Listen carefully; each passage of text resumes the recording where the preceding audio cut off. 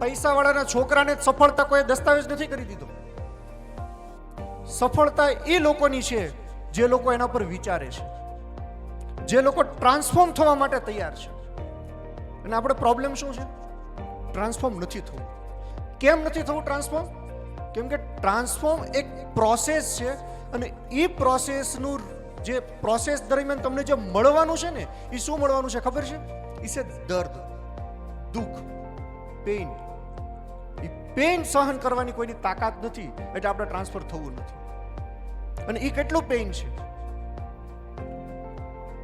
હું જોતો તો એક જગ્યાએ વાંચવામાં આવ્યું હતું મને કે માણસ 10 ડેસિમલ સુધીનું જો પેઇન લે ને તો એ માણસ મરી જાય છે.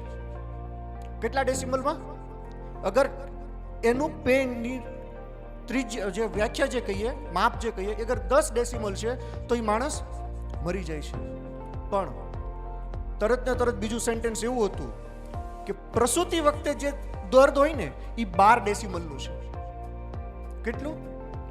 12 ડેસિમલનું છે. તો માણસ મરી જાય છે એ વાત સાચી છે, અને છતાં પ્રસૂતિમાંથી બહેનો નથી મરતા એ પણ વાત સાચી છે. કેમ? કેમ? સવાલ થવો જોઈએ ને. આ સવાલ વિજ્ઞાનનો છે. એની પાછળનું કારણ છે કે બહેનો જ્યારે પ્રેગ્નન્ટ હોય છે ત્યારથી એના બચ્ચાને જન્મ આપવા માટે એ ડિસિપ્લિનમાં હોય છે.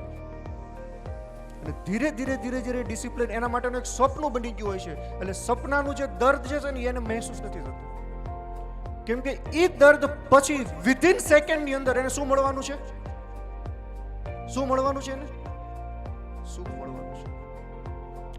તો આપણે જે ટ્રાન્સફોર્મ થવા માટે છે ને, પહેલા તો દર્દની તૈયારી રાખવી પડશે. કેટલા લોકો દર્દ સહન કરવા માટે તૈયાર છે? પાક્કું? તો આજે જે ઈલાબેને જે વાત કરી કે અહીંયા એક પતંગિયું બેઠું હોય, સોરી શું બેઠું અહીંયા? ઈયળ.